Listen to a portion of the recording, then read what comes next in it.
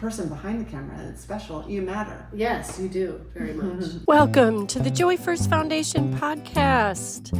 This is where we discuss what it's like to give a joyful moment, how you can give joyful moments. Tune in and listen as we discuss what it's like to be with Joy First Foundation and what you can do easily to bring random moments of joy to others. Hope you enjoy listening. Thank you. You matter. Yes, you do, very much. Amy Standridge. And what do you do, Amy Standridge? So I'm a music therapist, board certified music therapist. I've been doing that for 20 years. I work with older adults predominantly and their caregivers. Nice. Because nobody works harder than caregivers, That's whether right. they're professional or family caregivers. Right. So, and I find that, in working with people with dementia and their caregivers are more likely to die first. Yeah. And then who takes care of the person? That's right. We need to take care of ourselves in order to take Put care your of own other people. oxygen mask on first. Yep. Yeah. So you have had now, I have had an Amy Standridge experience, and Amy has had a Joy First experience. Yeah. So let's talk. We went to 2 senior centers, sort of. Yeah, 2 groups. 2 groups in the senior center, and you were doing primarily what you always do, and then I plugged in just a little bit, and that was very different from what we did after that. So let's start there. Okay. Any specific thoughts about Joy First?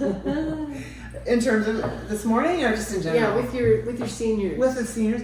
Well, it would be interesting if I had a different kind of group because we have a lot of joy and laughter together anyway. Yes. So we're already primed for it. Yeah. But it was interesting to watch them respond to a different modality because not all we do, but we do a lot of singing. And of course we talk and joke and, and reminisce and answer questions and stuff, but that's all right. But we don't do laughter yoga and, I don't usually have lots of props. And I thought it was cool. Like people responded well to the stickers and even one of the ladies, hers didn't have enough stickum. She wanted another one. That was important to her. Yep. And the way you would, show them the sticker and so they know it's a happy face because, what is it anyway? And some people get all ability levels, so people responded to that differently. Yeah. And some people don't want to be touched. Mm-hmm. So putting a sticker on someone is like this approach of, is that going to be okay with you? Yeah. Yeah.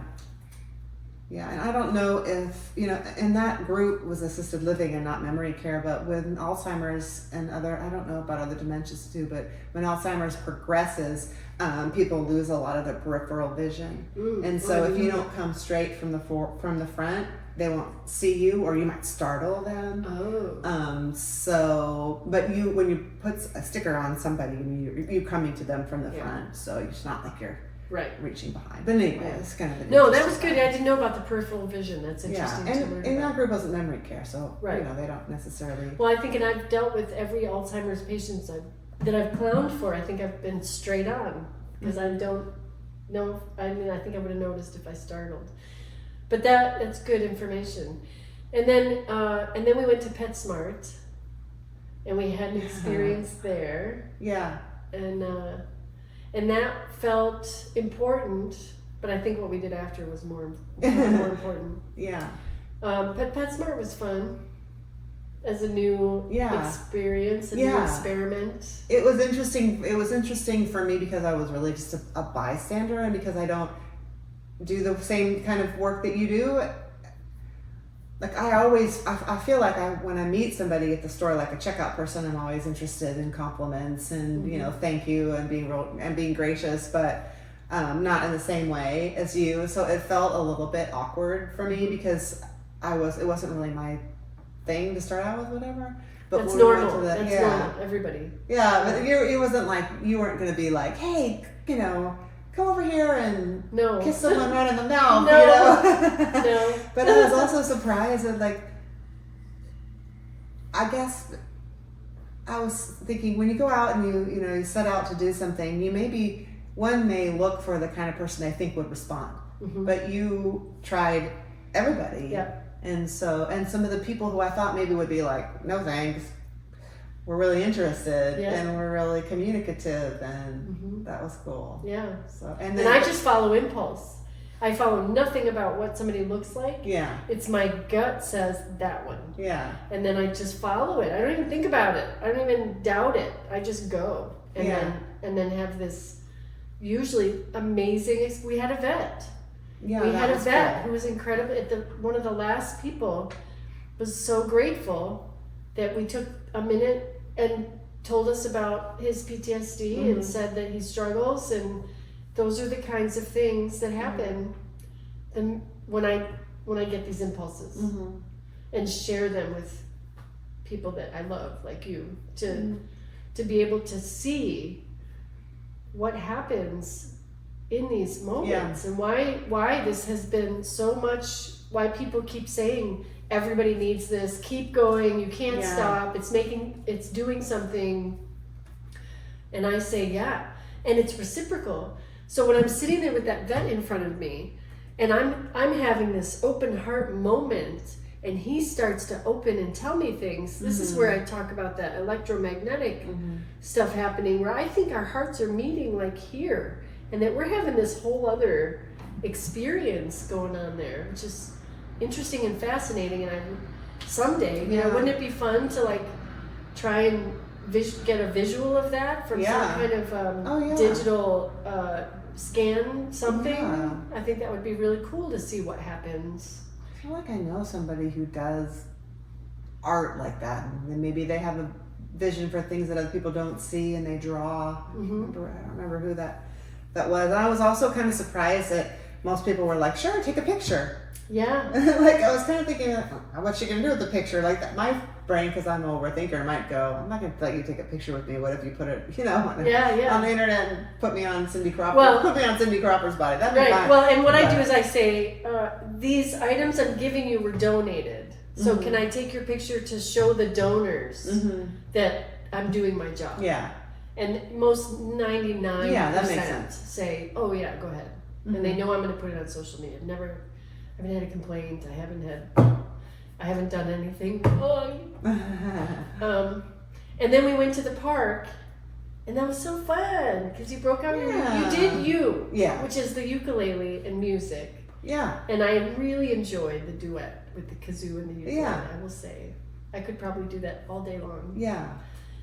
And random people. Tried to get everybody that walked past us. I got one no, which is the second no in 2 years or whatever. Yeah. And it was interesting because it was like I don't think, right? So I put the Joy First card like in the door. Like he couldn't close the door. Yeah. But I was like, you can't close that door. You can't say no. Because you don't know what you're saying no to. Yeah. But I let it go. Yeah. And, I like that was special to me because I feel like music gives energy to things, and I think it draws people, and so it might sort of make the situation less, not awkward, but it is awkward. It is awkward, right? Can I give you something? What? You know, I mean, I think we're naturally these days suspicious people. Like if someone came up to me at a store and said, "Can I give you something?" I don't know if I'd be like, "Sure."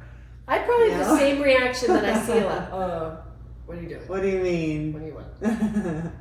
And that's, so that's where the approach is important.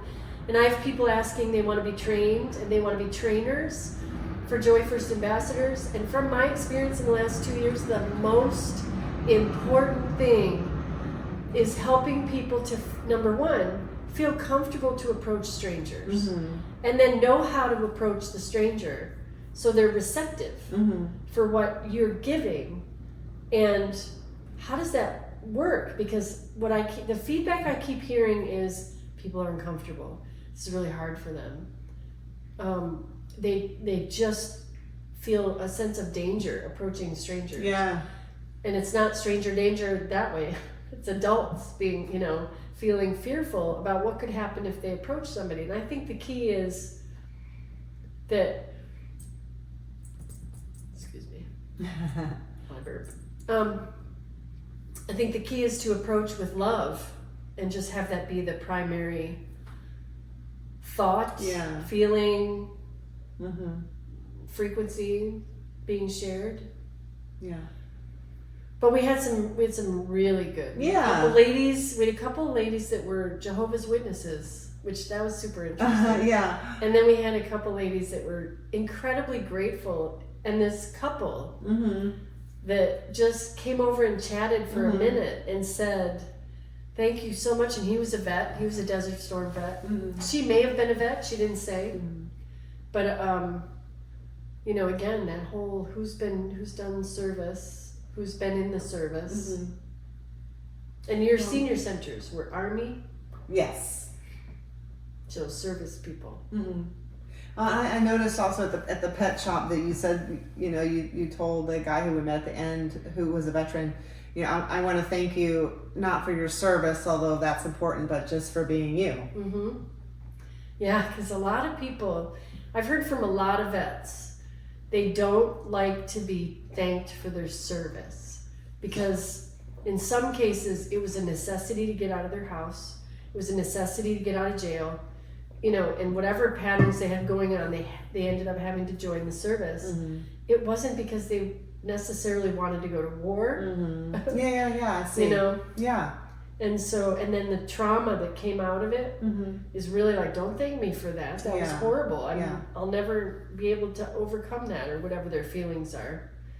I like that, and I'll use that because I always like to thank people for their service, because I did my internship at a VA hospital, and I was married to the Navy, and I just genuinely feel like that's a real sacrifice. But like you said, you know, the sacrifice, you don't know why the sacrifice or whatever. Right. So thank you for, like you say sometimes, thank you for returning, thank you for coming to work, you know. Thanks for coming back. I mean, and Vietnam vets, I'm giving you the thank you that you never got, because Vietnam vets got spit on and stuff when they came back. It was horrible. And so I try and be very sensitive, especially with Vietnam vets, about how I approach them, how are they feeling. Some are, you know, Roland, one of our AATH members is a Vietnam vet. You never know. He's just so laid back and so chill. And then there's some Vietnam vets that my friend Mike O'Connor, who's in Clown Vets, who was absolutely could not find himself after Vietnam and just struggled so much until he was approached by Patch Adams. So it's everybody's different. And that's part of it. It's, you know, you don't know who you're approaching. You don't know how they're going to react. And this is where I think the training becomes important. So would you have, after you saw everything, do you think you could have approached someone on your own? I don't know. I mean, I could. Sure, I could. Would I feel comfortable enough just to do it? But I think I would. I think I will be more apt when I you know, check out at the drive-through, like, you know. And I always, like I said, you know, I try to thank people, and I do strike up conversations with people in the grocery store and whatever, and so, and I'm outgoing. You are. So, and it depends on my mood, you know. If I had a ukulele, for sure. Right. Like at the grocery store, hey, whatever. And yeah, most of the people, Kathy Grippy, Jason, there's the people that I've visited and done this with have said, I was already kind of doing what you're doing. You've taken it to the next level, and I can go to a new level. Because of what I've seen, the reactions and the witness, you know, what I've witnessed and the reactions from people. Which is good enough. You know. Well, and I think, and it's everybody doing it in their own way. And even having something little, you know, silly, funny, sweet, just to leave with somebody, you know, and they may throw it away, and who cares? That's fine, but they might not, you know. I might remind them of something. And, you know, I wanted to also, like, we talked a minute earlier about the speaker I listened to who was sort of kept saying that their work was only temporary, and I tried to correct him and be like, it's not only temporary. I mean, it seemed, as he says, only short term, it's only short term, but you don't know, you may have changed the trajectory of somebody's total life today. It's not short term. No, it's not. Could you be, don't know. But so the Native Americans believe, I learned this when I was in the UP with the Ojibwa tribe. when something is gifted to you, it's not necessarily yours to keep. It's yours to pass through your hands to someone else's hands. And I love that. And that's the concept of Joy It Forward, is here's this energy or this thing, pass it on. And there's a great campaign that came out of Boulder or Colorado, passiton.org, which is it's good to be missed, and it's love, pass it on. It's and it's like good deeds, pass it on. It's I can't remember all the things, but there's a whole list of their billboards that say this thing, pass it on. It's the same idea. Joy it forward, play it forward, pay it forward. You know, it's all the same. And the goal is to just raise that much energy, just that much feeling somebody's having in a day. If you succeed in this much, yay, wow, that's like a miracle. But this much of someone just saying, thanks for being here today. I don't know you. I don't know anything about you. It doesn't matter. You matter. So thanks for being here. Period. That's what we all need to hear. Yeah, for sure. And survey said, when I asked, that yes, keep going. Everybody needs this. So, and we probably affected, I'd say 10 people in PetSmart. And I'd say, I don't know, 20 people in the park. Yeah, probably. So we had a family of 4, a grandma and her 3 grandchildren. That was really fun. That was great. The little girl, so she had my ukulele and she started walking away a little bit. And I wasn't afraid because her grandma was right there, but she was like, I think I might like to play this all day. I was like, oh, okay, well, we'll let you play it for, I need that. Right. I wanted her to have it, but I need that. Yes. Anyway. And so thank you. Yeah. And thanks for this short time with you. It's been, this is part of the fun. Yeah. It's just tooling around and getting to know people better and being in person and joining you on your normal humor activities. And we got to do an improv. And we did, we side did. by side. Yeah, we did. We got a barrel of money. An improv jam like that. And it was hilarious. An impromptu talk show interview. Yes, we did. The La-di-da talk show. La-di-da talk show. Carrying that forward for my youth. Yes. Oh, excuse me. Well, my twin brother and I used to do the news. What happened today is in the Red Park in San Antonio, Texas. 2 wild people were giving joy to others, strangers that they didn't know, and they had a wild reception. It was great. It was wild. Humorists in the wild. Yeah. There it is. Oh man, that's good. Humorous in the wild. All right, now I'm gonna have to edit a video for that. All right. Use your little gerbil or whatever. Yes, hamster. That's Jim Bob's got the hamster on the wheel. Yeah. All right, thank you. All right, love you. Thank you very much.